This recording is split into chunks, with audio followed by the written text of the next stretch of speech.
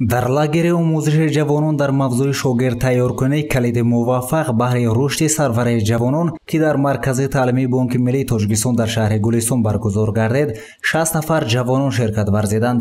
Чорабинии лагери омӯзиши ҷавонон 2 рӯз санаҳои 3 ва 4 июн давом карда, дар он иштирокчиён ҷавонон, занону духтарон аз вилояти Хатлон, шаҳри Бохтар, ноҳияҳои Панҷ ва Кушуниён, инчунин вилояти Соғд, ноҳияҳои Диваштич ва Ашт ширкат варзиданд. онҳо дар рафти лагер малакаҳои худро дар мавзӯъҳои шогирд тайёркунӣ, сарвари муколама ва гуфтушунид баланд бардошта, оянда ҳамчун ҷавонони фаъол баҳри рушди ояндаи ҷавонони ҷамоати худ баромад хоҳанд кард. боиси қайд аст ки ин марҳилаи дуюми омӯзиш буда. Марҳилаи якуми лагери омӯзиши ҷавонон санаҳои 12 ва 13 майи соли ҷорӣ барои 60 нафар ҷавонони фаъоли вилояти Хатлон, шаҳри Норак ва ноҳияи Шаҳридӯст ва вилояти Соғд, шаҳри Исфара ва ноҳияи Сиптамин дар мавзӯи зикр гардида баргузор карда шуда буд. аз байни зиёда аз 100 нафар иштирокчиёни гурӯҳҳои тамосии ҷавонони вилояти Хатлон, 30% ба вилояти Соғд, яъне аз ҳар ноҳияҳои мақсадноки лоиҳа 15 нафарӣ ва дар маҷмӯъ 60 нафар барои чорабинии лагери омӯзиши ҷавонон ҷалб гардиданд. мақсади асосии иштироки ҷавонон дар лагери омӯзиширо Хуршед Қурбонов, мутасаддии ташкилот аз вилояти Хатлон, чунин баён намуд. иштироки ҷавонон ин яъне ки дар оянда барои ҳалли мушкилотҳое ки дар ҷомеа ва ноҳияҳои худ мавҷуд мебошанд, барои беҳтар гардондан, барои хубтар гардондани сатҳи зисти ҷомеа ва аҳолӣ нигаронида шудааст.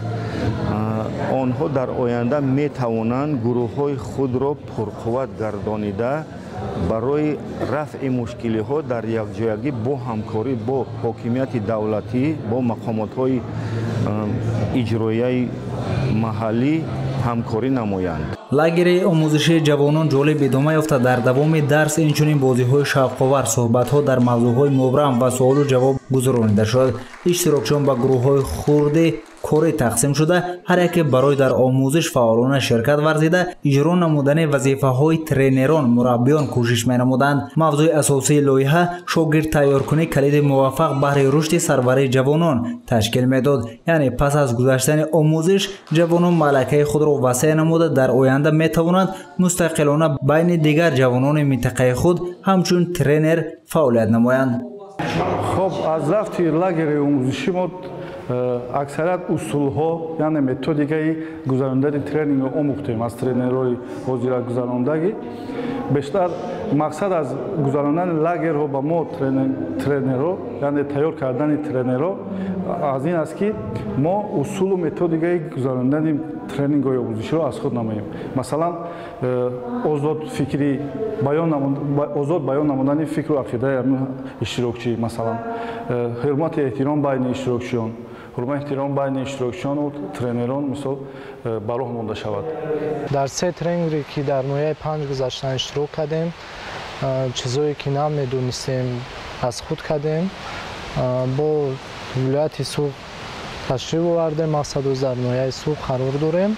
мехоҳем ки мақсад дар ноҳияи худ баргарда шогирдҳои беҳтарин тайёр кунем. мақсад тарзи дуруст, мақсад пеш бурдани соҳибкорӣ ва бо муомила бо ҷомеа, тарзи дуруст муомила кардан бо ҷомеа, мақсад бигем ки бо мизоҷонон.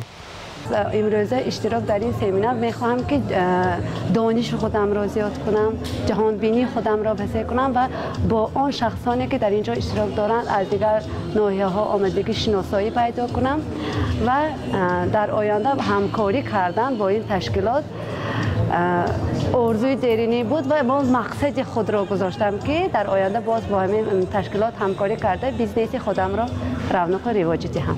ҳамчунин дар оғози кушодашавии лагери омӯзиши ҷавонон, намояндаи раёсати кор бо ҷавонон ва варзиши вилояти Соғд Исроилзода Ихтиёр ширкат варзида, оиди барномаҳои давлатӣ дар самти дастгирии рушди ҷавонон баромад карда, ба иштирокчиён дар омӯзишҳои дар пеш истода комёбиҳо таманно намуд.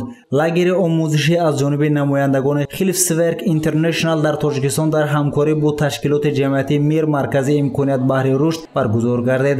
лоиҳа аз ҷониби иттиҳоди аврупо дар доираи барномаи дастгирии ташкилоти ҷомеаи шаҳрвандӣ ва оҷонсии рушди австралиягӣ маблағгузорӣ карда мешавад. Бояд қайд намуд, ки ба ҷавонон иштирокчиёни лагери омӯзишӣ тренерон Малика Боймуродова ва Музаффар Баҳодуров, ки таҷрибаи бои тренерӣ доранд, ҷалб гардида буданд.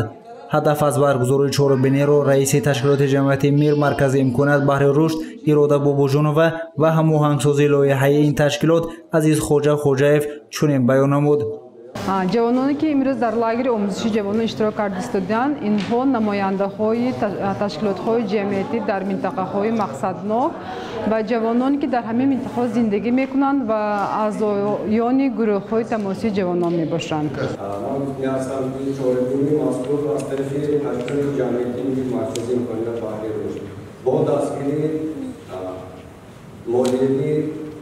اتحادیه اروپا یعنی Евросоюз می‌گویند با دستگیری تشکیلات بین‌المللی آسیایی رشد دستگیری کرده شده است. лоиҳаи ташкилотҳои ҷомеаи шаҳрвандии устувор ва шарикии бисёрҷабҳа баҳри ҷавонони фаъол ва комёби Тоҷикистон ё дар шакли кӯтоҳ проюз баҳри дастгирии ҷавонон ва донишҳои онҳо дар минтақаҳои мақсадноки Тоҷикистон тавассути тақвият бахшидани иқтидор ва малакаҳои онҳо баҳри иштироки фаъол дар ҳаёти иҷтимоӣ иқтисодӣ ҳам дар самти маҳаллӣ ва ҳам дар самти минтақавию миллӣ равона карда шудааст. гузориши Саид Мухтори Саиданвар аз Амҷод Раҳимов барои барномаи иттилоотӣ хабар.